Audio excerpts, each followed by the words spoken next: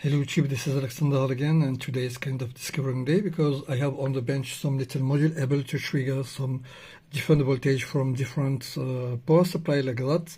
This is a whole charger coming from Samsung, and here you can have some different charger coming from a very known market, and they are not expensive like back in the day. And sometimes when you need higher power than the 5 volt required here, you need to connect your connector here with voltage trigger using PD. PD control is a kind of a signal who is able to communicate with your power supply to tell how much voltage it wants to power your supply, your devices, and there is many voltage you can have from devices like that.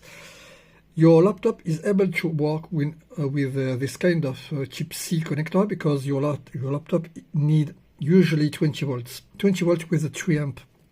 It's a lot. It's what we can see here. It's 55 watts available for your laptop, of course, and also your phone is able to pull a lot of power coming from this kind of power supply because they are also able to withstand turbocharge and very quick charge, as you can see here.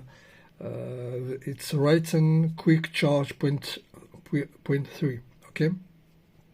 The PD you can see here is the communication mode, which is used with those kind of module to trigger a different voltage for your device. For instance, if you have something working with 12 volts and you don't want to be boring with a special power supply with 12 volts, you can just have those kind of little module. You have to set it like written on this paper. If you want 12 volts, you have to adjust your switch like that, and you will have 12 volts. And the maximum power is written here. If you want 12 volts, it's available with 3 or 4 or 5 amp according to the power of your device, of course. And so on, because you can choose many voltage you want for your soldering iron or for any stuff like this, and it's a very nice thing. But I found, because I was on a little project to build my own battery source to use my camera and so on. So I wanted to trigger the 20 volt option on a charger like that to make the 20 volt available to charge the battery inside of the apparatus.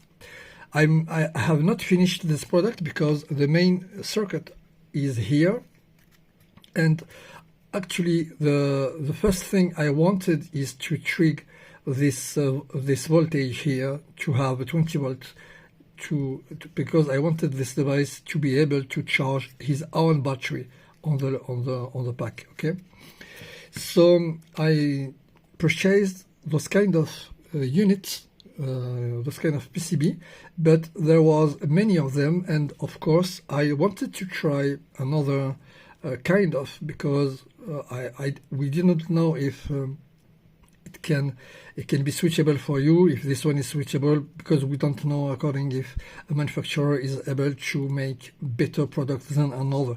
So I bought two kind of them, and I have not too much, but just for secure, so many of them. And I found some discrepancy according this one. Okay, this one is actually not able to connect itself to any power supply. Okay, sometimes instead of triggering a voltage, it's just flickering and doing nothing, whereas this one is able to recognize all power supply, and it works very well. So I think maybe they are not used the same IC. This one has some written on it, and this one not. So we can say if it's the same or not the same, if they are connected differently. because we know there is a resistance network to trigger different voltage. And there is something to know with this one. This one has very high resistor value for triggering. So if you trigger a special voltage and supply it to your device, and you have finger under this PCB, you can, because of the conductivity of your finger, you can trigger a non-wanted voltage to your devices. It happens to me. Actually, it happens to me. With my finger, I triggered a high voltage, and of course, there was not a precious devices connected to this device, but it can be quite dangerous for your device. The best thing is, if you are experimented with it, is just to have a glove on your hand. So to test those kind of little module, I use exactly those model, and I put it like that on a little board to see the voltage according to the triggering, and see if there is one working better than another. So let's see, for the instance, to connect on this one.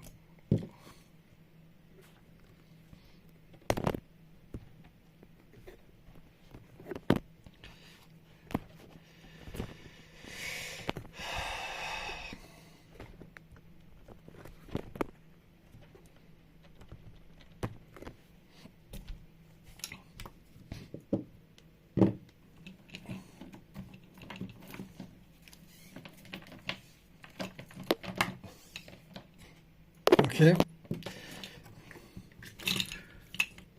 For the instance, we are going to test this plug, which is the Quick Charge 3.0. Okay, and let's see on this one first. Okay.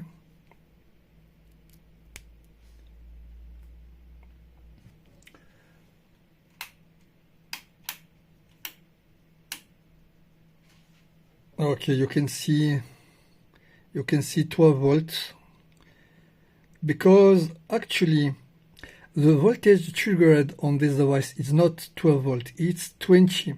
But because this port is not able to provide 20, it gives to you the maximum voltage it can give. Okay, so if I remove it, you will have 5 volts. Okay. The first switch is for 9 volt, and you have triggered 9 volt on this device. Of course, the power didn't pass through this component. This component is just a remote switch to tell to the power supply what voltage choose to your device. Okay, so all the power required to your device is not going through this little component. So let's put another voltage. We are talking here about 12. Okay, 12 is the maximal voltage on this output. Okay, let's see the other part now. And of course, for those kind of tests, you need a very nice cable, because if your cable is not nice, you cannot handle high voltage triggering. Look how this thing is reacted. Okay, with this output on this charger, this trigger is not able to trigger anything. Okay, but in the same time, if I take the other one, look at this.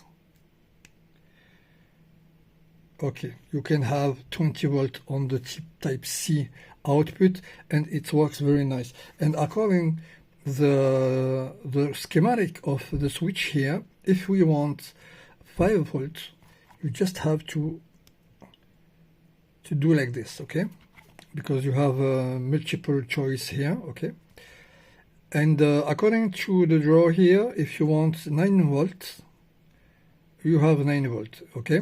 If you want 12, oh, I have big finger. Okay, you have 12, okay? And now let's choose 15. 15 and 20. Okay, those voltage are all the voltage able to be triggered by this little module via this little power supply. And as you can see, this device is not working properly on this charger, but it works on another kind of charger. So this is for this instance, okay? If we take a look on this Xiaomi, I said Xiaomi, but a lot of people said to me it's not Xiaomi, it's Xiaomi. This is a 8 brand Xiaomi charger, okay? And we are going to test if it's able to provide different voltage. Of course, I already made a test, and I know that this device is able normally to give 12 or 11 volts, but this device is not able to trigger 9 volts, 11 volts. So instead giving you 11 or 12 volts, it will give you a lower value. So let's try it.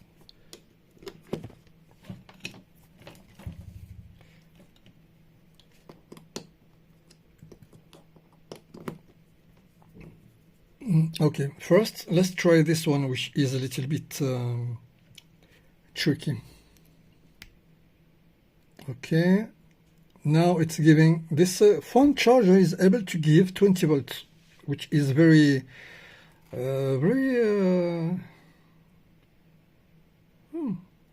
for a phone charger. I didn't expect that. Okay, so for this phone charger, let's try to make 5 volt, and okay, it's good. Now try to give 9 volt. 9 volt is all the switch on the top. Okay, it's give you 9 volts, and for 12. Okay, as I tell you earlier, it don't want to give 12 volts, because this trigger is not perfect, I think, because on the operators it's written 12 volt available, but we are not able here to switch 12 volt. We are going to test with the other module, with this one, if it's able to provide 12 volt. If you want 15, okay, we have 15, okay, and 20. Okay, this is how it works with this Xiaomi charger. But of course I forgot. Let's try to have 11 volt with this one, which is not compatible for all the operators. Okay, let's see how it does. Okay, we have here 5 volts.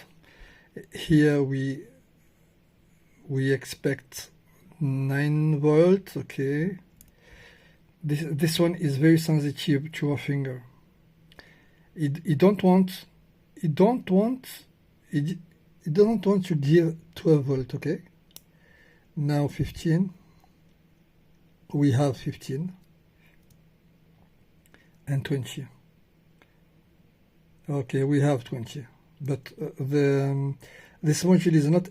I don't know about the 12 volt. Why it doesn't give 12 volt? But maybe this is I don't know exactly why. But for all of the other voltage, that seems to be okay. So now if we test this one, which is bigger, this one is 100 watts, okay, and we test type C output, and both of those modules are able to give the correct value. We have here 20, and here we have also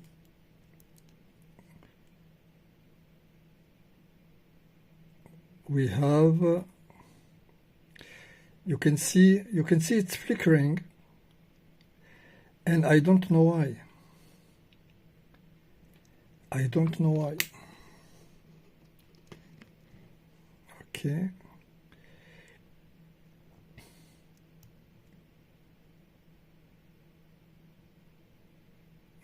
A lot of discrepancy of on this module.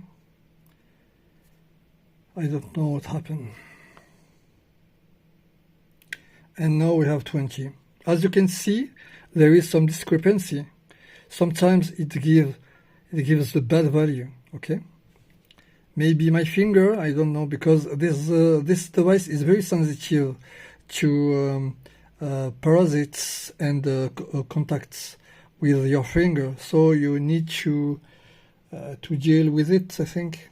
Okay, let's see this one. Okay, okay, for 15, for 12, we have 12. That's nice. Okay, and for this one work very nicely. This one is absolutely perfect. Fortunately, I bought two of them because I would be very disappointed if I had only this one, because it's not perfect. Okay, this one is really better, even if it's more bulky, but you can desolder a lot of things and make contact on only the voltage trigger you want. This is not a big deal actually. So if we want 15, it's like that, and we have 15. Okay, so this is all, I think, what I wanted to say about those kind of stuff. I was soldering on one of this. I was soldering with one of these devices, and because it was connected to the main, even if the main was isolated transformer, the voltage coming from the soldering iron was enough to destroy this little chip. So when you are soldering this chip, try to be sure to have not your device connected, and don't make any soldering, because you can see you have to solder some point here to choose definitely the voltage you want. But this is not a good idea to make a solder joint when your device is connected to a power supply, because the current coming from the chip, because you have always a current coming from your chip. This current is coming from the transformer of your device, which is not perfectly isolated from the main, and this current is making some short circuit or other stuff on this chip, and you can kill it. It just happened to me. It just happened to me this afternoon. Okay, so now if you want to use some trigger like that, okay, I give you, if you want to be sure to have a nice thing, I give you just the advice to buy this one, and don't buy this one. Okay, this one is really tricky. I'm sorry to I don't want to bash anything, but this one is tricky. It's dangerous. When it's connected, if you touch it with your finger, you can explode your device. Okay, this one works very nice. Okay, you have 4 voltage on this one, and this is what you can expect for the price. Okay, I forgot to mention it's also able to work with a real power supply for a real laptop, and I'm just going to show you very quickly before to finish the video. Of course, I can use the tricky one work like this. Okay, I just I just show you then it's able to provide 5 volt, and if I switch this one, we have, normally we would have, look, it's flickering, very strange discrepancy. It looks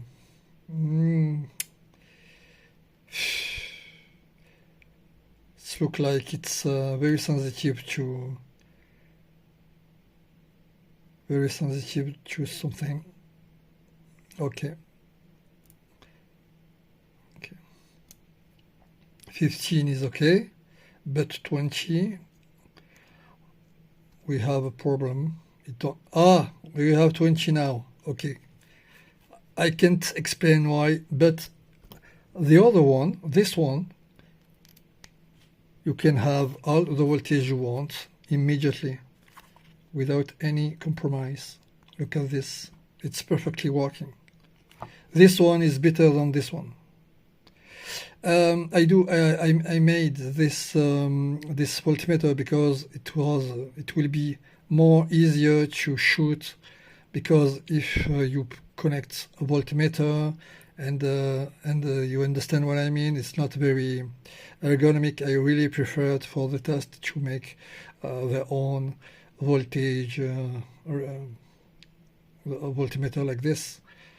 So just for the test, I think I will keep those one like this to check my power supply, because the other devices like this are going to be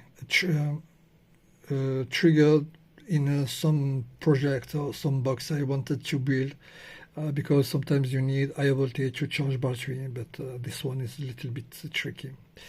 I don't know exactly if I'm going to use it or not. Okay. It was the video of today. I hope that you like this video, and see you soon.